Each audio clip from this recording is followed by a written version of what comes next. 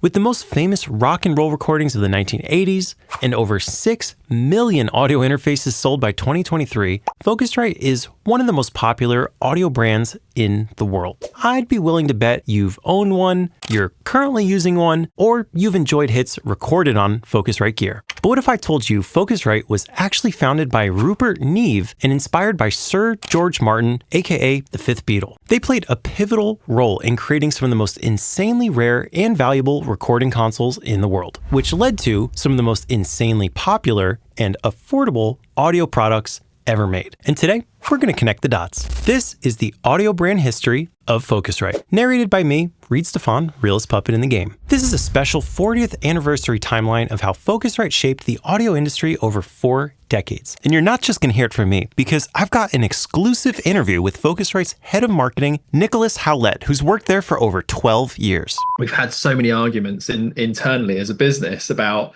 decisions that we're making on products and things like that, to just be like, this is a more expensive part. We're going to make less money if we make it this way, but that's what we have to do to make the best. We're not happy with this thing unless we can make it this way. Plus, at the end, I'm revealing the limited edition Anniversary Blue Scarlett 2i2 audio interface that you're not going to want to miss. But first, we got to go back to where it all started back in the year 1985. The initial idea for Focusrite came from a conversation between Rupert Neve and Sir George Martin. If you didn't know, Rupert Neve was a British-American electronics engineer who designed some of the most sought-after recording equipment ever made. Sir George Martin was an English record producer, composer, and musician who's most famously known for his works with the Beatles. Sir George Martin tasked Rupert Neve with designing a no-compromise mic preamp, which led to the first ever product, the ISA 110. And 110 set a new benchmark for clarity and musicality and was an immediate hit amongst big budget recording studios and producers. Naturally, studios wanted more channels of that good 110 sauce, so in 1988, they dropped a 2-channel version called the Focusrite ISA 115, then multiplied their formula into a 48-channel beast of a workstation known as the original Forte console. Designed to be the ultimate studio desk, it used the finest components for the highest possible sound quality and instantly became the royal blue symbol of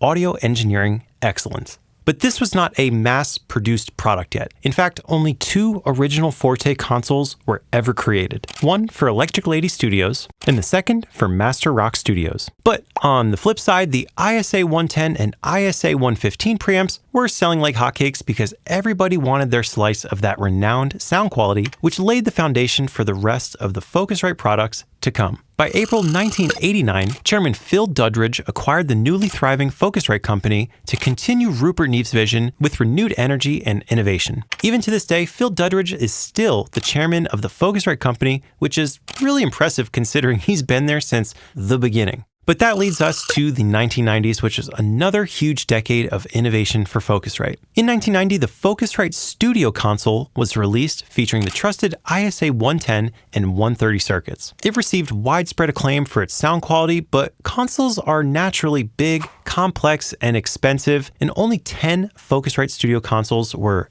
ever made. But those 10 went to rack up such a huge catalog of hits that Focusrite Studio consoles were in high demand by top engineers. There's actually a whole documentary that dropped around 2011 about the Focusrite Studio console, how they became so famous and how they became so rare, and I've linked that in the description below and shown a few clips here in my video, and if you want to watch the whole thing, I encourage you to go check it out. But in my opinion, the juiciest part of the story starts just after 2011. But let's jump back to the 1990s real quick, because Focusrite still has a few bangers to drop. During 1991 and 1992, Pro Tools, computers, and CDs started to take over the recording industry pretty much all at the same time. It was a massive turning point in audio, and every brand started rethinking their product lineup for the coming digital age of music. By 1993, Focusrite launched the Red Range. The Red Range was a bold, new series of analog processors known for their unmistakable design and exceptional sound quality. It's like a full vocal chain in one unit, and that bold red color would go on to be absolutely iconic for Focusrite, as I'm sure you can already feel the foreshadowing. But to stay true to their royal blue roots, they dropped the corresponding Blue Range in 1995, which features their top-of-the-line Class A circuitry, VCA compressors, and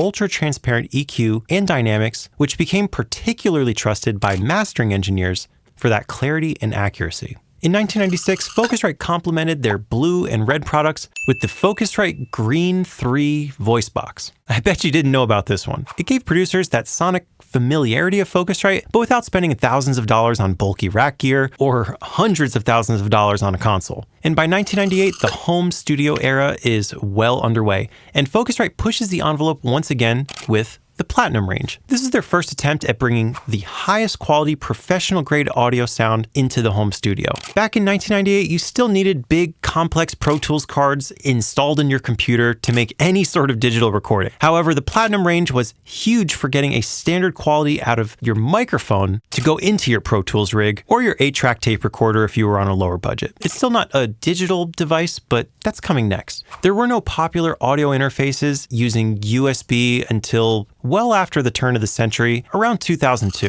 In this year, Focusrite teams up with DigiDesign Pro Tools to create the M-Box. This is the first compact USB interface for Pro Tools. Focusrite supplied the internal components like the mic preamps and circuitry, giving the M-Box that familiar sonic edge over the competition. It had a shockingly simple design, USB power, and portability that made the M-Box everyone's first choice for home recording. But USB 1.0 speeds were not amazing, but at the time it was the standard, and for the first time, real studio tools were finally in people's living rooms, and recording a mic could finally be done without any racks of gear, without any consoles, just a computer, mic, and interface. A very common trio that we all still use to this day. So with the rise of digital recording brought digital effects. But there was a big problem. Computers hardly had enough CPU for all of your plug-in chains and digital effects. So this leads to the launch of Focusrite's digital hardware around 2004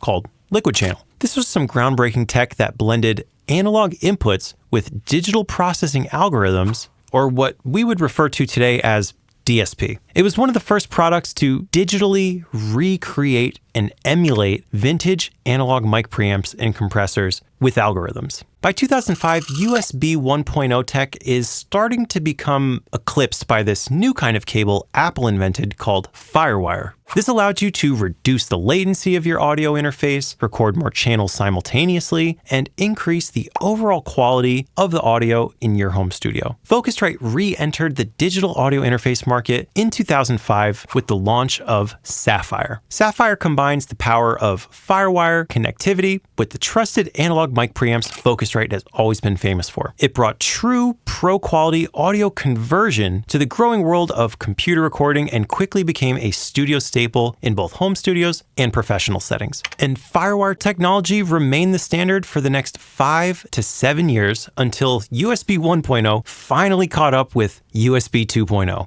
This transition was actually massive because not only was USB more widely available, more affordable, but tech companies no longer needed to pay a portion of their profits to Apple. Yeah, believe it or not, Apple had a small piece of every FireWire device being sold. So naturally, when USB 2.0 hit the market, this leads to another absolute revolution in home recording technology. A Scarlett revolution. With its bold red enclosures, smooth curved edges, USB 2.0 connectivity, and trusted Focusrite preamps, the first generation Scarletts hit the market, delivering clean sound, quick signal processing, and an easy setup for an incredibly low entry price of about $99, making professional audio more widely accessible than ever before by a wide margin. Not only could your mic sound great when you plugged it in, but it offered the legendary air button to enhance your signal on the way in with some pleasing saturation and EQ curves that sound amazing on vocals. Needless to say, Scarlett was an immediate success, and that small red box opened up the gateway for generations of producers and artists to hone their skills and make their first recordings.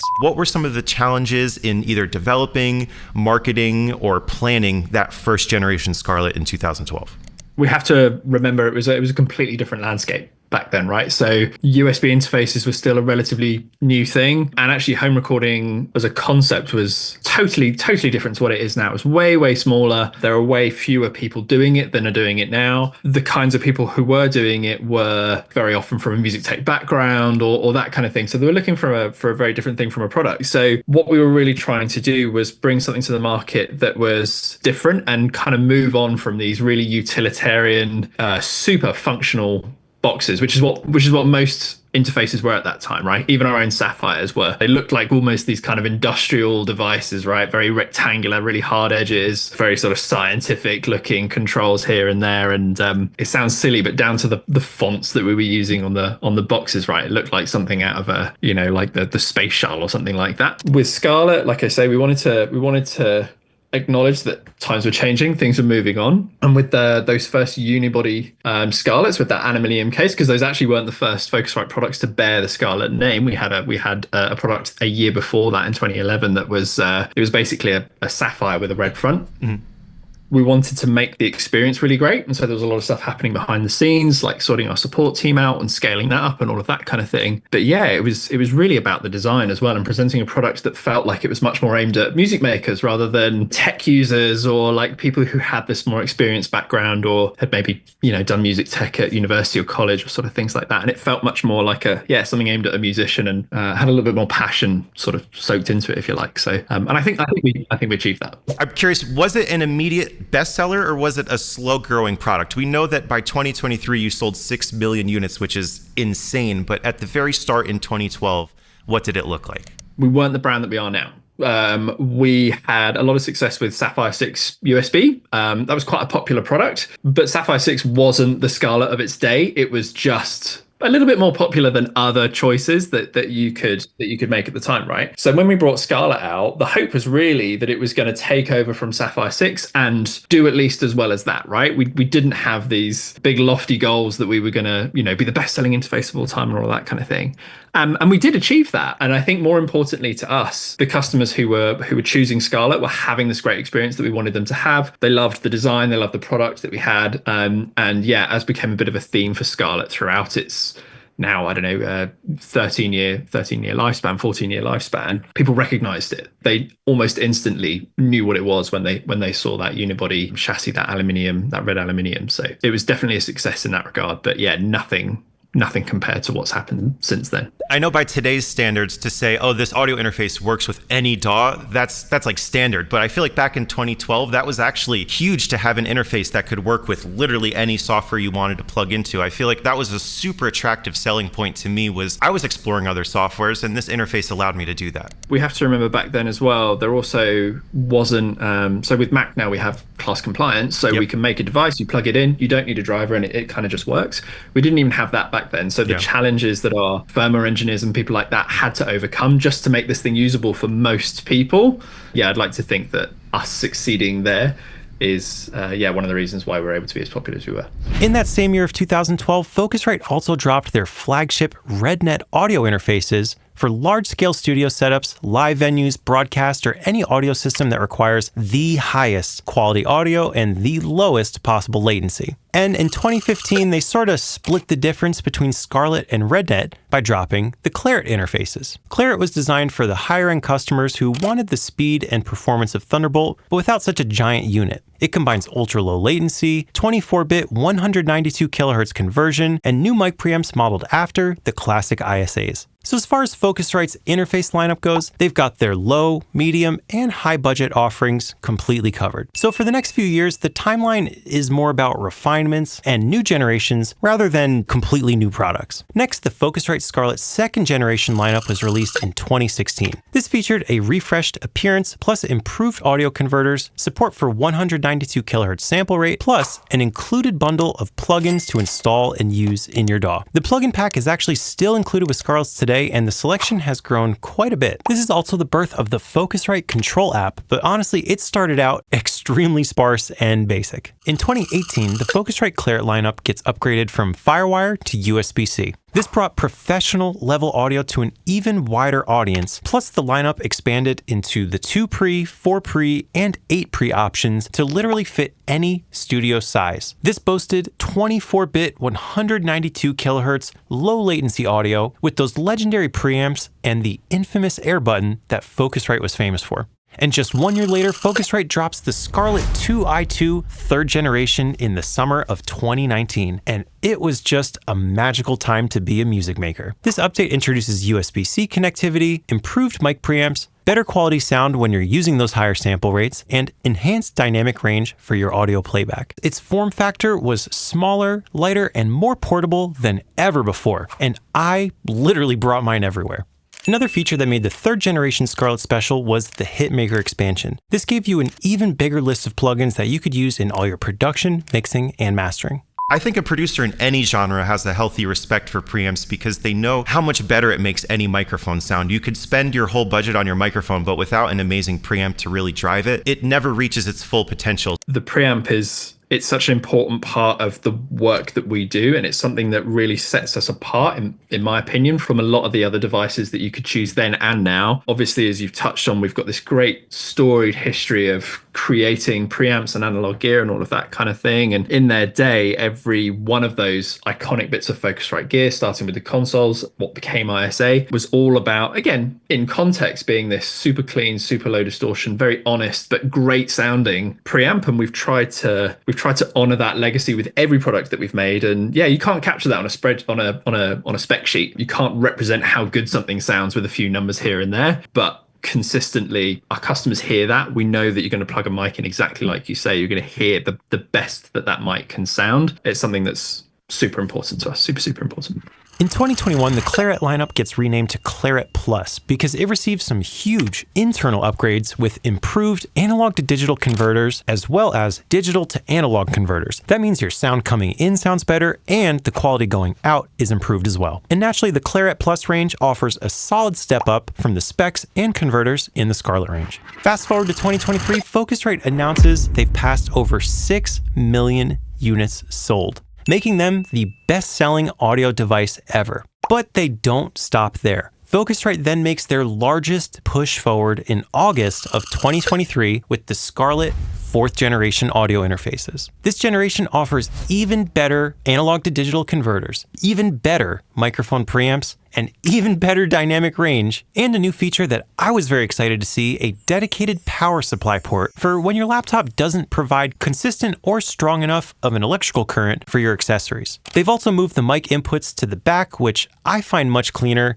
and easier for cable management. Plus some handy new automatic features like auto gain and clip safe, which make recording easier and more reliable than ever for beginners. But if you want to get really advanced with your Scarlett 4th gen, users can enjoy the luxury of the Focusrite Control 2 app. This lets you customize your routing, headphone mix, levels, and even loopback, which is excellent for music creators who want to share their audio on live streams, Zoom calls, or record tutorials like I do every week. Plus, you can choose between 2 different air button presets, control multiple pairs of monitors at the push of a button, all inside the Focusrite Control 2 app. The app almost helps your interface work kind of like a patch bay if you get one with enough inputs and outputs, and it truly completes the interface part of your audio interface. Plus, the 4th generation easily connects to mobile devices, iPhones, iPads, Androids, PCs, and Macs instantly. Easily the biggest upgrade of all the generations. But that leads us to the current year when I'm filming this video, which is 2025. This marks 4 full decades of Focusrite's incredible contributions to audio. So, to pay homage to the original consoles and preamps that started it all, Focusrite has dropped a limited edition Blue Scarlett that features not only the original color, but the original logo from the OG Focusrite gear. The knobs and LEDs are also redesigned to emulate the look and feel of the original Focusrite hardware, and I think this looks really nice compared to the plain design. Plus, on the bottom there's a schematic printed of how the original ISA circuitry comes together as a historical tribute to where it all began. Speaking of the original consoles that were sort of the dawn of the Focusrite brand altogether, do you personally have any favorite design features in the new 2025 Anniversary Scarlett that were taken from the original Focusrite gear? The first time I actually saw this design in the flesh, it was sat on the windowsill in one of my colleagues' offices. He'd finished up for the day, his light was switched off, but the evening light was kind of coming in through the window and just running over the blue chassis, and it just caught those gold tip knob caps as well. And I remember my first reaction just being like, wow, like this looks really great. We were so careful about making this decision because we didn't want to just throw out cynical redesigns of things just to go, hey, it's the same, but it's a different color. We really wanted that story to be captured in there. And I think we were all skeptical of whether we'd done the right thing until we saw it in the flesh. But yeah, seeing it in that way for the first time, I thought was really amazing. But if I had to pick one thing that I really love, it's got to be the what we call the reveal on the underside. So if you have a 2i2 anniversary edition in your hands and you flip it over, it's got a print of one of the original schematics from a Focusrite console on there. And I think that's a really special touch. I think it looks really great. The fact that you can't see it all the time, it's just sat there. So if you know, you know. I think that's really special. And it's a nice reminder that we have that history and we have that heritage. I think it's a great touch. Yeah, it's almost like a cool tattoo under there that you almost don't see at first. Yeah, exactly. I have two favorites. My first is, number one, the original logo, the two Fs, I think is just a beautiful logo. Any logo that could be displayed upside down or right side up and still say the same thing, I think is genius. So hats off to whoever designed that. And number two, the way the app turns blue when you plug in the blue Focusrite Scarlett is genius, and the colors match up and everything. I'm such a sucker for a good audio interface app. Absolutely. I love that you noticed the app changing to blue when you plug in the anniversary edition. We thought that was a nice little Easter egg. We definitely, going from the 3rd gen to the 4th, put a lot of energy into rethinking Focusrite Control and refreshing it. And what we really wanted to do was capture that balance between giving you a really easy and kind of straight to the point experience. So it has to be as intuitive as possible. You open it up and you look at it, you know what everything's going to do, and you can just get to the point super fast. So if you do have an interface with more I/O, like the 18916 or the 18920, there's so many ways that you can route audio. There's so many ways that you can create mixes and all of that kind of thing. You can bus audio, you can send audio, all of this kind of stuff. It just makes it a really powerful companion for anybody who's trying to do anything with this stuff. And yeah, it really takes the limits off what's possible with these interfaces. I know the interfaces themselves to a degree have become such a hit that their popularity can almost eclipse the larger brand that comes around it. But is there any specific thing that you want people to think of when they hear the name Focusrite? I think one of the things that really sets us out as a brand is just how much we care about our customers, how much we care about our products. If I could say one thing to a Scarlett customer, it's like, hey, we're a bunch of human beings who love music making. We're pouring everything we can into these things to make what we think is the best thing that we can for you. We want you to succeed. We want you to go and have a great experience. We want you to be able to do everything that you want to do. That's why we have a huge support team. We've got human beings on the end of a phone that you can call anywhere in the world. You can get in touch with us, and we'll do our best to help you out. It's an award-winning support team. We've got our Easy Start system, so you get a Scarlett and you plug it in, and we've designed a system that helps you to get set up as sort of quickly and as frictionlessly as possible. That's all because we can't help ourselves, but make sure that everybody has a great experience with recording, because that's a passion of ours and that's what we want to share with everybody else. I think with everything going on at the moment and all the change that's happening in technology, I think that the human side of music and music making is only going to get more important as time moves on. I really don't believe that AI is going to take over the world and it's going to make music creation completely redundant. I think that's not true at all. People, when they're listening to music, want to connect with another human being in their creation and their story. And that's where that value comes from. And so I think that when people come to make music, they're always going to want a tactile experience. They're always going to want an intuitive experience. They're always going to want to feel connected to the process. We keep that in mind with everything that we do. And I think it's really important that people feel like they have a dedicated space, they have dedicated stuff that's there to help them to express themselves and really enjoy that experience, rather than, just click a button and make music happen. I don't think that's going away anytime soon. I know that there's kind of an era that we're entering right now where you can generate music and people don't need to know how to play musical instruments to create music. But I think that that's going to lead to a customer desire for more acoustic music and more hands-on instruments. And when it comes to making music with hands-on instruments, that comes to microphones. And when it comes to making microphones sound good, that comes down to preamps. And then that comes back to Focusrite. And you guys nailed that. So I think you guys have really positioned yourself excellently for the future, which leads me to my next question. I know you can't disclose like future updates or future products, but do you have any general like future goals for Focusrite going forward? We believe that people are always going to want real and tactile experiences with music making. So that's devices that make you feel something when you turn a knob or click a button. That's spaces in your house just dedicated to enjoying and making music. So we've spent the last few years looking back at what's made that experience really meaningful and special for our customers. Over the last 40 years and throughout our history. And we've been looking at how we use that to make the future of music making, as we said before, like more human and more tactile and more enjoyable. And so, yeah, I think we've got some really exciting stuff coming up in the next few years that, yeah, I think will show you where I think we're headed.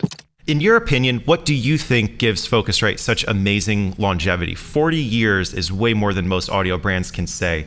Do you think that there's a secret in the sauce to what keeps it going? I mean, I'm not going to pretend to know the answer for sure. I don't think we can ever know that. But what I hope is the answer is that care and that connection that we talked about, that connection to our customers and their ever-changing music making experience. So yeah, we're not here to tell you how to make music. We're here to enable you to do so and then just get the hell out of the way, to be honest. So I don't think that approach is ever going to change. I think as long as we stay true to ourselves, there'll be Focusrite devices on music makers' desks for many years and hopefully decades to come. Awesome. So overall, this Blue Scarlett 4th Gen is the best looking Scarlett because you're getting that perfect blend of old styling mixed with new features that work and sound amazing. I'm actually recording all the voiceovers in this documentary through my Blue Scarlett 2i2 4th Gen, and it sounds amazing. Naturally, Focusrite products have been trusted in major studios, live events, broadcast facilities, and portable setups around the world by so many professionals, and it's always really impressive when a company can stay true to their roots while continuing to push the envelope and innovate new features and compete with the price tag. But Focusrite has proven that they are amongst the best in the industry. Whether you're recording the Beatles or recording your first song at home, they have the perfect piece of gear for you. So there you have it, the audio brand history of Focusrite. I'm Reid Stefan, realest puppet in the game, and I'll catch you next time in another video.